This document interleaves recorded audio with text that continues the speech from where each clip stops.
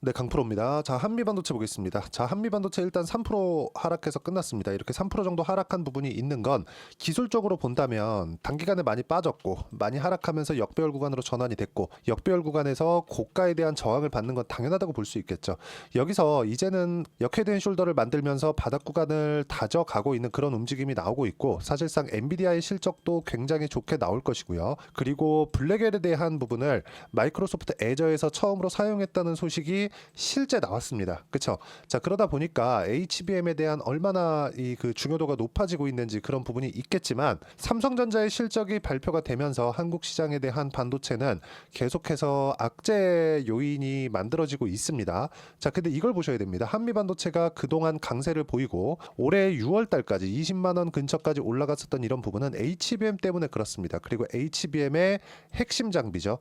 TC 본딩 장비. 그리고 무엇보다도 삼성전자는 지금 화요일 날 삼성전자 실적이 나오면서 전영현 부회장의 반성문을 우리는 봤습니다. 이 반성문을 보면 HBM에 대한 퀄 테스트를 아직까지도 통과를 못했다는 내용을 시인을 했습니다. 그렇죠? 자, 그러면 지금 한미 반도체 장비를 사용하지 못하는 삼성전자 입장으로 봤을 때, 그렇죠? 한미 반도체가 절실하게 필요하겠죠. 근데 이 둘의 관계가 좋지 않습니다. 자, 한미 반도체가 지금 당장에는 단기간에 많이 올라온 것 때문에 주가가 많이 조금 부진하고 그런 부분이 있고, 사실상 한국 시장에 상장되어 있는지라 여기 삼성전자의 영향력에서 벗어날 수 없겠죠. 삼성전자가 내리면 시장이 같이 내릴 수밖에 없고, 시장이 내리면서 한미 반도체의 시세도 조금 뭐 꺾이거나 이런 부분이 발생할 수밖에 없는데, 이 구간에서 우리가 봐야 되는 부분은 딱 한 가지입니다. 실적은 좋아질 수밖에 없는 부분이 있다. 그리고 블랙엘에 대한 가동이 진행이 됐습니다. 실제 마이크로소프트의 애저는 어제 화요일부터 뉴스가 나왔고요. 실제 납품돼서 새롭게 데이터 센터 구축을 하고 있고, 실제 훈련용 그 서버 구축을 완료했다고 발표가 나왔습니다. 자, 그러면 블랙엘에서 사용되는 HBM의 용량은 H100, 그쵸? 호퍼에서 사용되는 H100 여기서 사용되는 것보다 2.2배에서 많으면 2.5배까지 올라갑니다. 자, 그러면 HBM에 대한 이 기본적으로 이 재고 부담은 없는 거예요. 그리고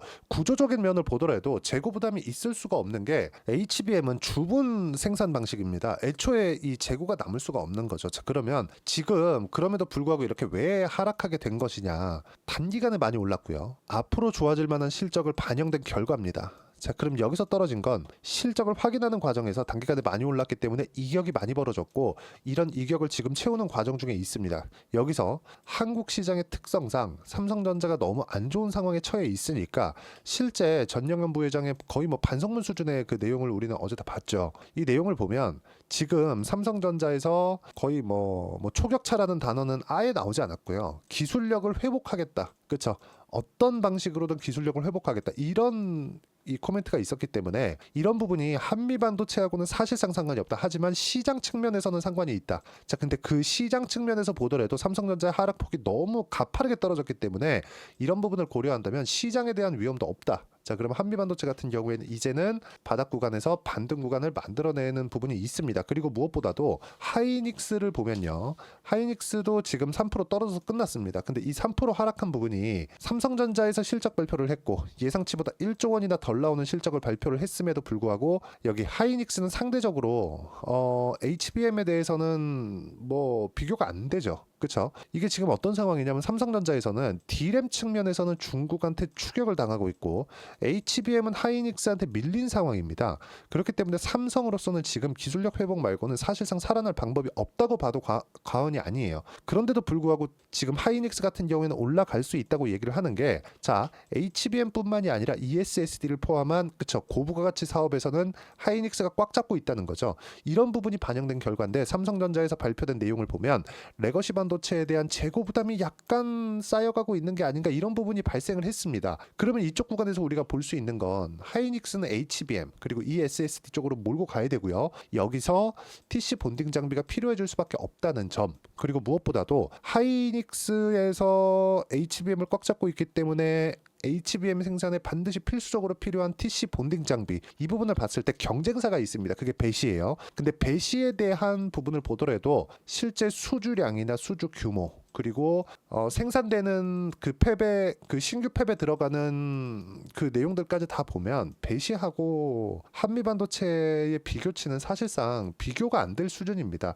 그래서 이쪽 구간에서 우리가 봐야 되는 부분은 이제 하락하는 부분은 다 나왔다. 그리고 엔비디아도 지금 신고가 구간에 있기 때문에 블랙엘을 포함해서 앞으로 나올 교체 수요까지 감안한다면 한미반도체의 실적은 앞으로 더 좋아질 수밖에 없고, 실제 이 실적에 대한 부분을 보더라도요, 이 내용 보시면 명확하게 우리가 구분되어지는데 어떻습니까? 그렇죠? 실적의 증가세, 매출의 증가세만 보더라도 3천억대, 3천억대, 2023년도에 1,500억대를 찍었지만 앞으로 좋아질 만한 부분, 그리고 좋아지는 부분 6천억대로 실적이 폭등하는 부분을 보였기 때문에, 그렇죠?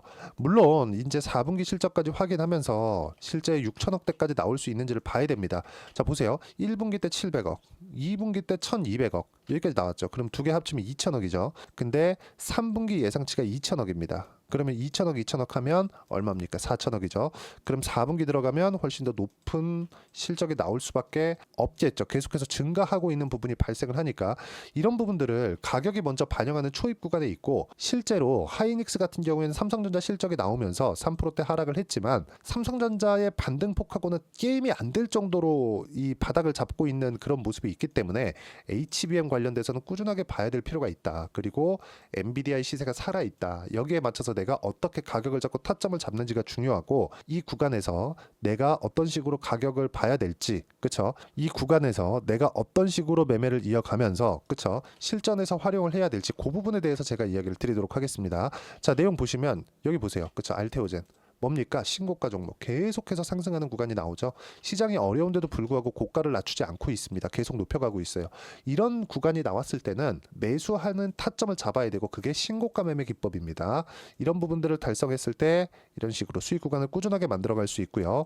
이 내용에 대한 부분을 여기 소통방에서 함께 공유를 해드리고, 소통방에 들어오시면 유튜브 라이브를 참여할 수 있습니다. 자, 유튜브 라이브 링크는 여기 소통방에서 공유를 하고, 라이브에서는 기법 강의, 그리고 왜 고가 돌파 구간에서 공략을 해야 되는지, 그렇죠? 기법에 대한 부분을 집중적으로 다뤄드리고 있고요. 여기 소통방에서는 실제 어떤 종목을 공략하는지 그 내용에 대해서 제가 하나하나 빠짐없이 이야기를 드리고 있으니까, 매매하는 과정에서 내가 어떻게 타점을 잡아야 되고 가격대를 봐야 될지 모르겠다 하시는 분들 소통방 들어오시면 되고요.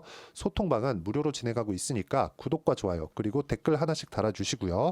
여기 010-8713-1916으로 구독이라고 문자 보내주시면 소통방 입장 링크를 순차적으로 공유를 해드리고, 소통방에서는 이런 식으로, 그쵸, 폭등하는 종목군들을 왜 잡아야 되고 단기간에 수익이 내야 되는 이유가 왜 그런지, 그 부분에 대해서 제가 집중적으로 이야기를 드리도록 하겠습니다. 자, 그리고 여기서 이 가격에 대한 부분을 먼저 보라는 겁니다. 자, 다른 종목을 보더라도 마찬가지예요. 최근까지 강한 태성 같은 종목군들도, 그쵸, 강한 움직임을 보이고 있는데, 이쪽에서는 사실상 너무 많이 올라서 제가 매매를 못했습니다. 근데 이 직전까지도 7월과 8월달 넘어오는 이 구간까지도 매매를 꾸준히 해온 결과, 여기 보시면 50% 정도의 수익 구간을 충분히 만들어냈다는 점, 이게 모두 다 신고가 구간에서 발생을 한 거고요. 여기에 맞춰서, 그쵸, 강세 종목군들을 구분을 할 때 고가 돌파 구간을 봐야 되고, 그건 가격 먼저 반영하는 주식시장의 특성에 기인합니다. 자, 그러면 여기서 가격을 봤다면 한미반도체, 그렇죠? 한미반도체의 모멘텀이 있겠죠. 경쟁사에 대한 부분, 아까 전에 말씀드렸죠. 배시와에 대한 부분을 봤을 때 매출액 규모에서 사실상 비교가 될 수 없을 정도로 한미반도체가 높고요. 무엇보다 블랙엘이 출시가 되면서 HBM에 대한 이 수요라고 하긴 그렇고, 사용량 자체가 2.5배까지 증가한 부분이 있습니다. 이건 실제 오피셜하게 나온 거고요. 납품이 되고 있는 부분입니다. 그렇기 때문에 엔비디아가 지금 안 빠지는 거죠. 근데 하이닉스 같은 경우에는 충분하게 하락 구간을 겪어왔기 때문에 여기서 우리가 봐야 되는 점, TC 본딩 장비에 대한 수요는 계속될 수밖에 없습니다. 그리고 뭐 아까 전에 말씀드렸다시피 주요 경쟁사는 배시, 그리고 ASMPT, 그리고 CMS, 그리고 한화정밀기계 이렇게 있는데, 사실상 한미반도체의 주요 경쟁사는 배시 말고는 없습니다. 지금 당장에는. 근데 이 배시도 신규 팹에 들어가는 내용으로 봤을 때 한미반도체의 TC 본딩 장비가 압도적으로 많기 때문에 사실상 비교할 거리가 안 된다고 보여지고요. 여기에 맞춰서 이제는 여기, 그쵸, 역배열에서 정배열로 전환되는 구간 정확하게 공략하면 수익 구간을 만들어낼 수 있고, 이런 부분들을 어떻게 타점을 잡아야 되는지를 소통방에서 공유를 해드리고 있으니까 구독과 좋아요 눌러주시고 댓글 하나씩 달아주시고요.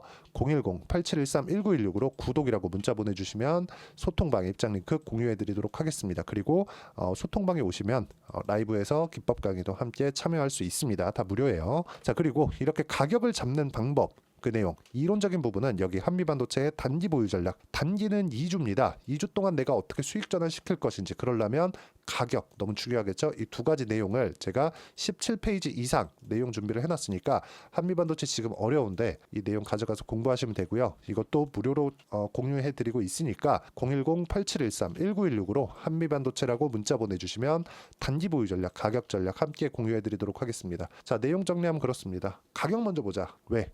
올라갈 때도 실적보다 먼저 올라갔고요. 떨어질 때도 실적보다 먼저 떨어졌습니다. 지금 실적 확인 과정이 다 끝났기 때문에 여기서 우리가 봐야 되는 부분 딱 한 가지. 가격 외적인 다른 부분 보지 말고 가격을 보고 나서 뭘 봐야 됩니까? 그 다음에 지금 말씀드렸던 경쟁사 그리고 HBM에 대한 사용량 이런 부분을 보는 겁니다. 여기서 우리가 봐야 되는 부분 딱 하나 더 있어요. 가격 보고 모멘텀 보자. 이런 부분을 어떻게 해야 되는 것인지 제가 그 부분에 대해서 이야기를 드린 거니까 이해가 안 되면 영상 다시 돌려보시거나 종목단에서 어떻게 봐야 되는지 궁금하다 싶으면 영상 끝까지 시청하시면 모든 분들이 성공 투자하실 수 있을 겁니다. 자, 24년도가 돼도 여전히 시장은 녹록지 못합니다. 이런 상황이 벌어지는 건 어쩔 수 없습니다. 이런 상황에서도 수익이 나는 종목들의 구조는 변하지 않습니다. 즉, 대시세 종목에 대한 구조는 변하지 않는다는 거고, 실제 제가 소통방에서 지속적으로 이야기를 드리고 있는 내용도 대시세 종목이나 시장 주도주를 공략하는 건 철저하게 가격 분석을 하라고 이야기를 드리고, 가격 분석 이후에는 이슈에 대한 파악, 그리고 이슈를 파악하고 나서는 다시 내가 얼마에 매수할지 그 타점에 대한 부분을 지속적으로 언급을 하고 있습니다. 자, 근데 생각해 보세요. 시장이 굉장히 어려웠습니다. 어려운 상황에서의 어떤 종목들이 강했냐 보면 반도체와 그리고 바이오입니다. 자, 실제 여기 보면요. HLB에 제가 실제 매매한 내용을 띄워놓고 보여드리고 있는데 1월 22일부터 매매를 시작해서 4일 동안 31%의 수익 마감이 됐고요. 그리고 여전히 신고가 종목입니다. 자, 그리고 그 다음 어보브 반도체, 이름을 보시다시피 반도체 종목이죠. 그리고 AI 반도체는 지속적으로 강세를 보이고 있습니다. 이 종목도 신고가를 먼저 달성한 이후에 제가 21%의 단기간에 21%의 큰 수익을 내고 마감이 됐습니다. 다시 재공략을 준비하고 있고, 이런 부분은 소통방에서 다 공유를 해드립니다. 자, 그리고 코세스. 자, 코세스 같은 종목도 당연히 그쵸, 신고가 종목이고요. 그리고 반도체 종목입니다. 이 종목도 영업일 기준에서 이틀 동안 대략 한 15%의 수익 마감이 됐습니다. 내용을 한번 보시면 어떻습니까? HLB를 포함해서 뭐 30%, 20%, 뭐 15% 이런 식의 수익이 지속적으로 발생하고 있는데, 이 세 종목 모두 다 신고가 종목이고 1월 달에 시장이 약세를 보이고 있는 구간에서도 강했었던 그런 종목입니다. 특징점이 하나 있는데 그 이슈에 앞서서 가격이 먼저 반영했다는 거죠. 그렇게 제가 가격을 먼저 보고 이슈에 대해서 파악하는 이유는 결과적으로는 큰 시세를 먹기 위한 사전 준비 작업입니다. 실제로 큰 시세를 먹기 위해서 사전 준비 작업을 했을 때 여기 레인보우 로보틱스 127% 그리고 ISC 98% 그리고 한미반도체 97%의 큰 수익을 내는 상황을 만들 수 있습니다. 어떤 식으로 소통방에서 진행됐는지, 그쵸? 그 상황을 제가 이야기를 드린 건데, 이런 상황도요, 당연히 신고가를 공략했을 때 가능한 겁니다. 자, 그러면 이번에도 마찬가지입니다. 그쵸? 정부 주도의 코리아 디스카운트 해소 방안이 2월 달에 발표를 하고요. 그리고 2월 달에 발표된 내용을 토대로 주가가 움직이는 게 아니라 이미 움직인 내용이 있죠. 실제 이 내용은 크게 중요한 게 아니라는 겁니다. 실제 움직인 내용을 보면, 자, 기아차입니다. 실제로 12월 달에 신고가를 만들어 놓고 정부에서 입김을 불어 넣으니까 순식간에 기아차를 포함해서 현대차 같은 거대 기업들의 주가가 2주도 채 되지 않아서 40% 정도의 큰 시세를 냅니다. 자, 그러면 우리는 어떤 종목을 봐야 될까요? 이슈를 파악해야 되는 것도 맞지만 철저하게 가격에 맞춰서 매매를 해야 되는 게 당연히 중요합니다. 정부가 주도하는 정책 방향이 있겠죠. 그 방향에 맞춰서 우리가 종목을 찾을 필요가 있다. 자, 그러면 답이 나왔습니다. 정부가 주도하는 방향에 맞춰서 제2의 기아차를 찾는 게 지금은 중요하다. 근데 정부 정책의 방향에 맞게 가자. 그랬을 때 앞서서 제가 보여드렸었던 내용인 여기 레인보우 로보틱스 127% 그리고 ISC 98% 그리고 한미반도체 97%와 같은 수익을 낼 수 있습니다. 물론 시간에 대한 부분은 최소 2주의 시간이 필요하고요. 그리고 최장 3개월 안에 끝내야 됩니다.